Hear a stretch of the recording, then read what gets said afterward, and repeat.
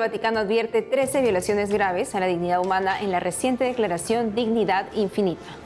Agencia de Ayuda Humanitaria de la Iglesia en Estados Unidos mantiene su auxilio en Gaza en medio del fuego cruzado. Desde España, 2 empresas se consagran al Sagrado Corazón de Jesús de la mano del apostolado His Way at Work. En Cristo Solar en México, Canadá y Estados Unidos, católicos viven el fenómeno desde lo espiritual, como el paso de la oscuridad a la luz de la fe. Católicos en el mundo buscan el perdón del Señor de la Divina Misericordia. Desde Polonia hasta Argentina y Perú le mostramos lo mejor de las manifestaciones por esta querida devoción. Hola amigos, hola Eddie, ¿cómo te encuentras? Bien, gracias Natalie, un gusto estar contigo como siempre y con nuestros televidentes desde nuestros estudios en Lima, Perú. Bienvenidos a su noticiero con enfoque católico EWTN Noticias. Yo soy Natalie Paredes. Soy Eddie Rodríguez Morel, gracias por acompañarnos. Empezamos las noticias desde el Vaticano, desde donde este lunes se advierte sobre 13 violaciones graves a la dignidad humana. La declaración Dignitas o Dignidad Infinita es fruto del trabajo durante 5 años del Dicasterio para la Doctrina de la Fe. Cuenta con la aprobación del Papa Francisco. Conozcamos cuáles son los actos que desde el punto de vista de la Iglesia atentan contra el ser humano. Roma, 8 de abril. El cardenal Víctor Manuel Fernández, prefecto del Dicasterio para la Doctrina de la Fe, presenta en rueda de prensa la declaración Dignidad Infinita. El texto busca aportar elementos de reflexión sobre la dignidad humana a la luz del magisterio de la Iglesia Católica. Este documento es una declaración de alto valor doctrinal. En este caso, la razón es comprensible porque se trata de un pilar fundamental de la enseñanza cristiana, la dignidad humana. Se trata de consolidar lo que los últimos pontífices han dicho sobre este gran tema y sintetizar la novedad que ofrece el Papa actual sobre una cuestión que está vertebrando el pensamiento cristiano clásico y contemporáneo. Dignidad Infinita fue publicado en el marco del 75 aniversario de la Declaración Universal de los Derechos Humanos. Cuenta con la aprobación del Papa Francisco y aborda 13 violaciones graves de la dignidad humana, entre ellos los vientres de alquiler, la maternidad subrogada y la ideología de género. Sobre este último opinó: la idea del matrimonio homosexual o la eliminación de las diferencias entre un hombre y una mujer no es aceptable. Pero al principio de este documento se afirma también que es contrario a la dignidad humana que una persona sea perseguida, torturada, encarcelada e incluso asesinada solo por el hecho de ser gay, solo por su orientación sexual, algo que también ocurre legalmente en muchos países del mundo. La declaración también subraya que la aceptación del aborto es señal de una peligrosísima crisis del sentido moral, al tiempo que denuncia la difusión de una terminología ambigua como la de interrupción del embarazo, que tiende a ocultar su verdadera naturaleza. Cuando la Iglesia defiende la vida desde la concepción, no es por fanatismo sexista ni por mentalidad retrógrada. Tratemos de ser coherentes con la dignidad del ser humano, independientemente de cualquier circunstancia, haya salido o no del vientre materno. Esa dignidad es la misma. Al respecto de los vientres de alquiler, la declaración Dignidad Infinita indica: la Iglesia también se posiciona en contra de la práctica de la maternidad subrogada, mediante la cual el niño, inmensamente digno, se convierte en un mero objeto. La Declaración Vaticana consideró deplorable la práctica de los vientres de alquiler. Indicó que ofende gravemente la dignidad de la mujer y del niño. Sobre la eutanasia y el suicidio asistido, Dignidad Infinita explica que estos son casos particulares de violación de la dignidad humana, más silenciosos, pero que están ganando mucho terreno. El texto argumenta que a menudo se extiende la idea de que estas dos prácticas son compatibles con el respeto a la dignidad humana. Sin embargo, advierte que no hay condiciones en ausencia de las cuales la vida humana deje de ser digna y pueda, por tanto, eliminarse. Dignidad Infinita o Dignitas Infinita en latín reflexiona también sobre la pena de muerte, el drama de la pobreza, la guerra, el trabajo de los emigrantes, la trata de personas, los abusos sexuales, el descarte de las personas con discapacidad y la violencia digital. Eddie, ¿cuál es la importancia de este documento vaticano que acabamos de ver para el mundo en estos tiempos? Es importante porque hay mucha confusión sobre lo que es la dignidad humana y por eso es que el documento rechaza una serie de ataques contra esta dignidad. Por ejemplo, cirugías transgénero, el aborto, la ideología de género, el vientre de alquiler, son todos atentados contra la dignidad humana, que justamente este documento la presenta como una dignidad infinita. Posteriormente reconoce que este término, la dignidad, incluso se puede malentender y por lo tanto pasa a distinguir 4 tipos de dignidad. La dignidad propia de la persona, que es una dignidad que no puede perder, se llama en el magisterio dignidad inalienable, podría haber sido tal vez un mejor título para el documento, y la dignidad moral, que en efecto sí se puede perder. Cuando, por ejemplo, una persona se dedica a hacer el mal y destruye el bien en los demás, esa persona se hace un profundo daño, por lo tanto debe ser ayudada de todas las maneras posibles para poder reformarse y convertirse, dice el documento también. También está la dignidad social, que es condiciones de vida que podrían atentar contra la dignidad de la persona, por ejemplo, situaciones de miseria en la cual la persona no puede reflejar en su ambiente social su dignidad propia de persona, esa dignidad inalienable. Y finalmente, una dignidad existencial, cuando una persona, por diferentes circunstancias, a pesar de tener todas sus necesidades materiales satisfechas, por ejemplo, se encuentra ante un vacío de sentido o una situación de violencia en su entorno que también puede atentar contra que esa persona viva consecuentemente con su dignidad. Así que es muy importante porque la Iglesia debe dejar claro en un ambiente de mucha confusión la dignidad humana y este documento hace bastante en ese sentido, si bien podría haber sido un poquito más preciso en algunos términos. Efectivamente, Eddie, gracias por la explicación. Gracias. Y ahora nos vamos a España. Ahí las empresas empiezan a consagrarse el Sagrado Corazón de Jesús. ¿Por qué lo hacen? Sobre esto y más informa nuestro corresponsal Nicolás de Cárdenas. Saludos desde España, desde donde les informamos de la primera consagración de empresas al Sagrado Corazón de Jesús de la mano del apostolado His Way at Work. Este sábado de gloria se han consagrado al Sagrado Corazón de Jesús las primeras 12 empresas en España. La Eucaristía, que tuvo lugar en el convento de las Carmelitas, en el Cerro de los Ángeles, estuvo presidida por el obispo de Getafe, Monseñor Ginés García Beltrán. El prelado, convencido de que esta consagración responde a un impulso del Espíritu Santo, pidió a los empresarios que sean testigos y apóstoles en el mundo profesional. La iniciativa nace de la conversión personal de Ramón Fonte, a quien el retiro de Emaús le cambió la vida 6 años atrás. Allí comprendió que su misión es llevar el amor de Dios al mundo de la empresa, en el que lleva como profesional más de 25 años. Hoy representa a His Way at Work en España, organización sin ánimo de lucro nacida en Estados Unidos, que realiza consultoría para empresas poniendo el amor de Dios en el centro. Uno de los empresarios que se ha consagrado este fin de semana es Eduardo Gómez, quien abandonó una vida profesional en el mundo de la consultoría aparentemente exitosa, pero ruinosa para su vida matrimonial y familiar, y así lanzar una productora de cine académico.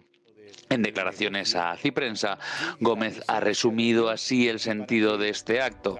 Señor, me abandono tanto que me consagro a ti.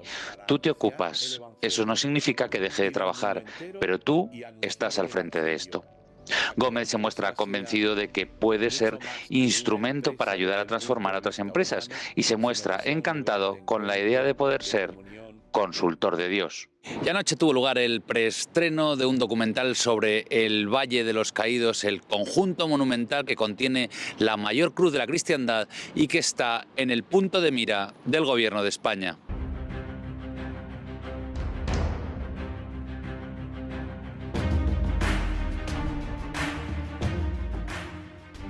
Este lunes se celebró el preestreno de un documental titulado Valle de los Caídos, en el que se expone, a través de expertos, la historia, significado y valor del conjunto monumental que el Gobierno de España pretende secularizar y resignificar, expulsando a los monjes antes de 2025, como ha asegurado recientemente el diario El Debate, propiedad de la Asociación Católica de Propagandistas.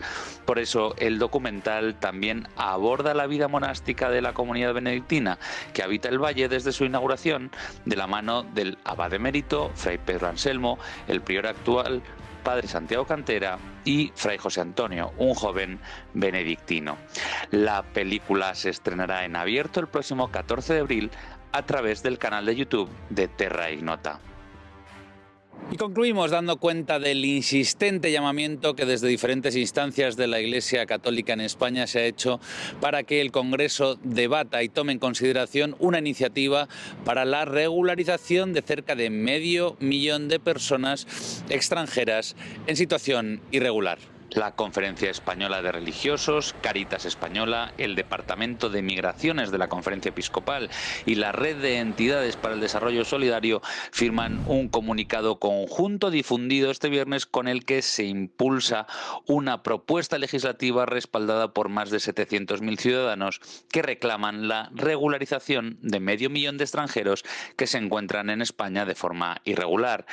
Este mismo martes, el Congreso de los Diputados debe decidir si toma en consideración la propuesta presentada a través del mecanismo de la Iniciativa Legislativa Popular que permite a los ciudadanos proponer reformas legales. Las entidades eclesiales temen que los partidos rechacen la toma en consideración de la propuesta y no permitan debatir los pros y contras de la medida. El presidente de la Conferencia Episcopal, Monseñor Luis Argüello, ha afirmado a través de X que sería absurdo que se impidiera este debate. Queremos que nuestros representantes dialoguen y acuerden unas bases mínimas de regulación de personas que viven aquí varios años. Todo menos rechazar dialogar, ha expresado el arzobispo de Valladolid. Al cierre de este enlace no ha comenzado la sesión en el Congreso en la que se debatirá esta propuesta, que está en el primer lugar en el orden del día. Desde España, Nicolás de Cárdenas, EWTN Noticias. A 6 meses de la guerra en Tierra Santa, con alrededor de 100 rehenes aún en manos del grupo terrorista Hamás, el Papa Francisco no se guardó calificativos sobre la maldad de los terroristas. Aquí los detalles de la reunión que el Santo Padre tuvo con una delegación de familiares de los cautivos este lunes en el Vaticano. Familiares de los rehenes de Hamás sostienen carteles con las fotos de sus seres queridos, a quienes extrañan y esperan volver a ver. En rueda de prensa relataron su encuentro con el Papa Francisco. Fue una reunión muy fuerte para nosotros. Él fue muy claro sobre su solidaridad con la liberación de los rehenes. También nos dijo que está en contacto, obviamente, con la Iglesia Católica de Gaza. Ellos le han hablado y compartido lo de los rehenes y los túneles terroristas, sobre el robo de ayuda humanitaria en Gaza, y que él está trabajando por sus propios medios para ayudar a liberar a los rehenes y que está comprometido con ello. Y llamó a Hamás malvados, que es lo que es.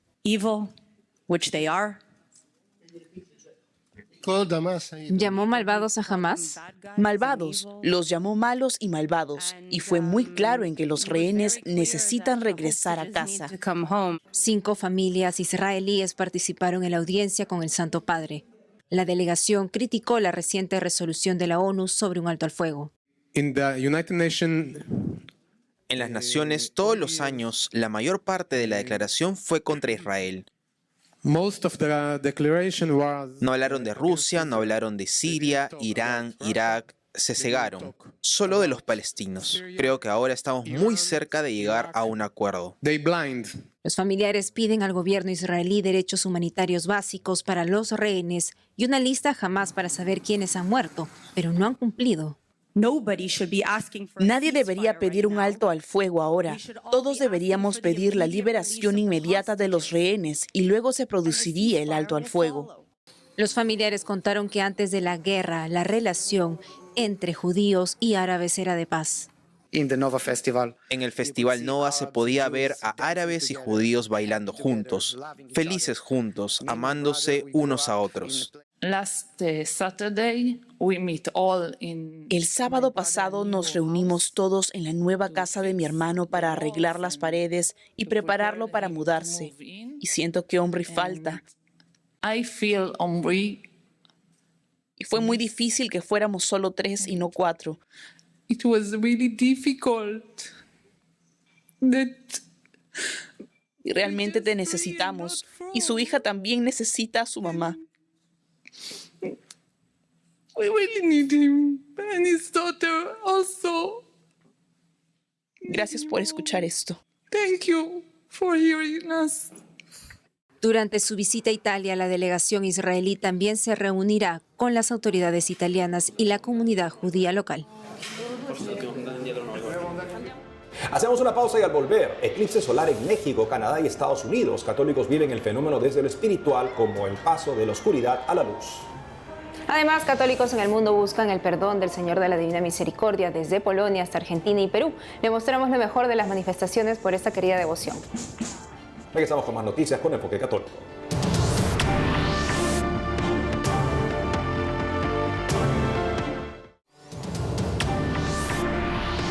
Así como los rehenes israelíes son víctimas de la guerra en Tierra Santa, la gente en Gaza también lo es. La vida para la población en la franja está destruida por el ejército israelí tras los terroristas de Hamas. En esas circunstancias, la agencia de ayuda humanitaria de la Iglesia en Estados Unidos, conocida como Catholic Relief Services, despliega ayuda en medio del fuego cruzado.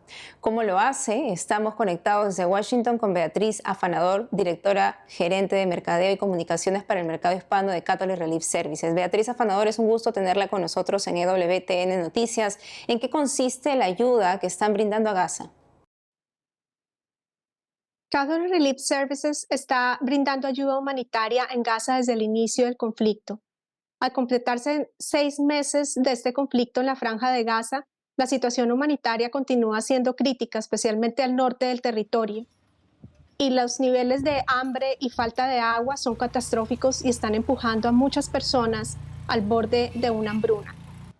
Para abordar esta situación, nos apoyamos continuamente en nuestros socios locales de la iglesia y organizaciones de base en Gaza. Nuestro personal gazatí es quien está en el terreno ayudando a nuestros hermanos más necesitados con distribución de alimentos, kits de higiene, albergues, distribución de dinero en efectivo para que puedan hacer uso del mismo y adquirir las cosas que más necesitan, y también protección y atención médica.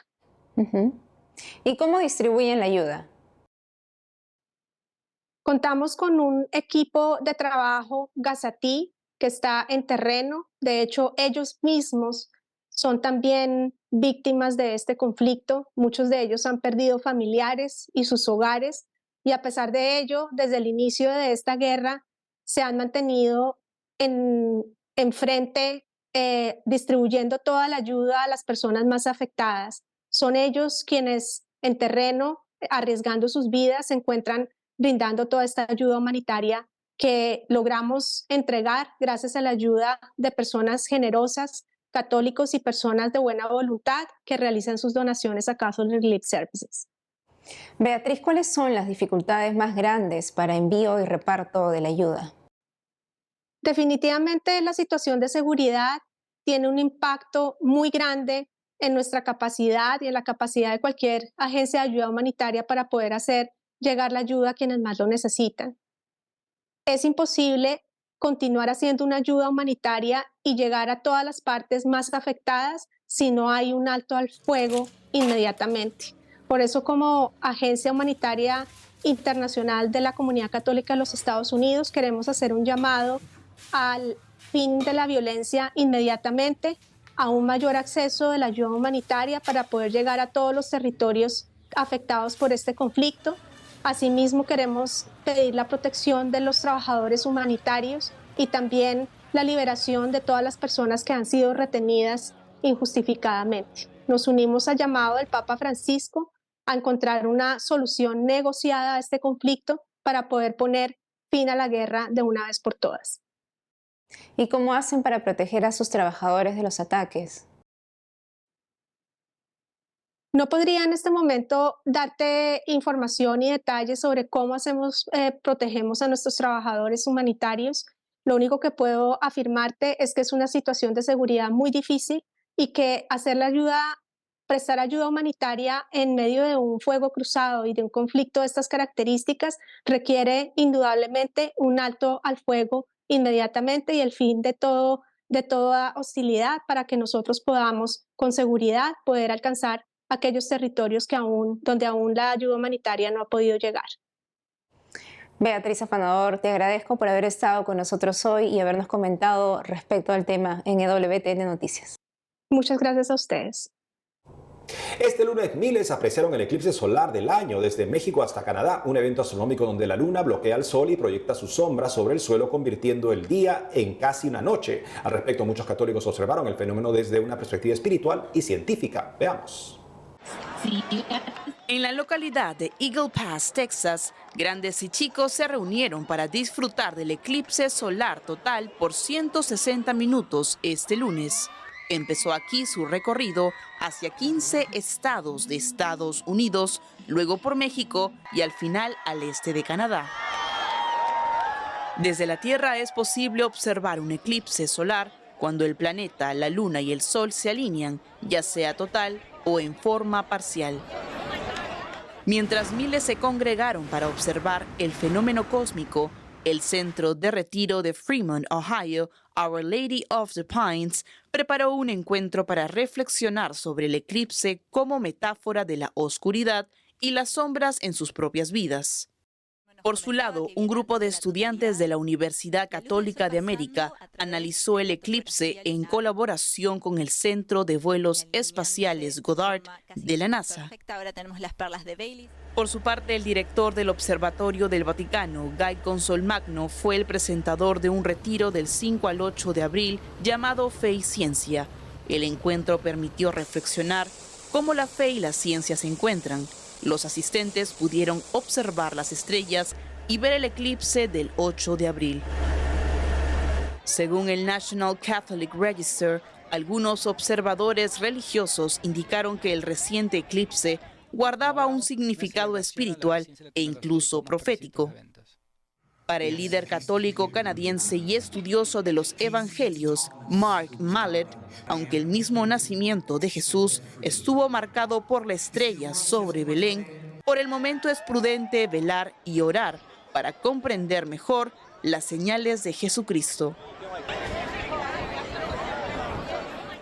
Y ahora nos vamos a Polonia para ver cómo se celebra la fiesta de la Divina Misericordia en el país donde nació esta popular devoción. Miles llegaron al santuario en Cracovia. Veamos. Polonia. Al sur de Cracovia está el Santuario de la Divina Misericordia, punto de reunión para miles de católicos que acuden para celebrar la fiesta de la Divina Misericordia. El domingo 7 de abril último, miles se congregaron en el santuario para celebrar al Señor de la Divina Misericordia con una gran misa presidida por el arzobispo de Cracovia en un altar al aire libre. La misa fue transmitida por televisión local. La hora santa de la misericordia se desarrolló en el santuario a las 3 de la tarde del mismo domingo. La fiesta de la Divina Misericordia se celebró con una sucesión de misas solemnes que iniciaron el sábado 6 de abril por la noche. Terminó con una vigilia de oración. Durante todo el domingo y sábado por la noche, la gente se confesó en diferentes idiomas. El padre Philip Aldias, confesor y capellán de idiomas extranjeros del Santuario de la Divina Misericordia, contó desde el mismo santuario cómo se desarrollaban las actividades. La basílica sobre el pueblo reunido en el campo alrededor del cementerio donde fue sepultado Santa Faustina. Es el tiempo del ofertorio. También mandó un saludo muy especial del cardenal Stanislaw Dziwisz, arzobispo emérito de Cracovia. Deseo mucha gracia y paz a los apóstoles de la Divina Misericordia, en el nombre del Padre, del Hijo, del Espíritu Santo. Amén. Amén.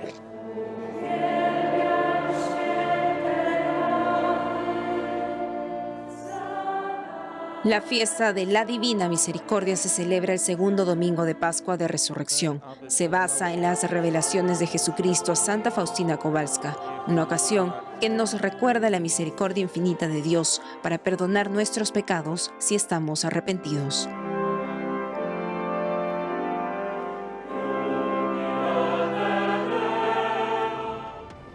Católicos en el mundo buscan el perdón del Señor de la Divina Misericordia.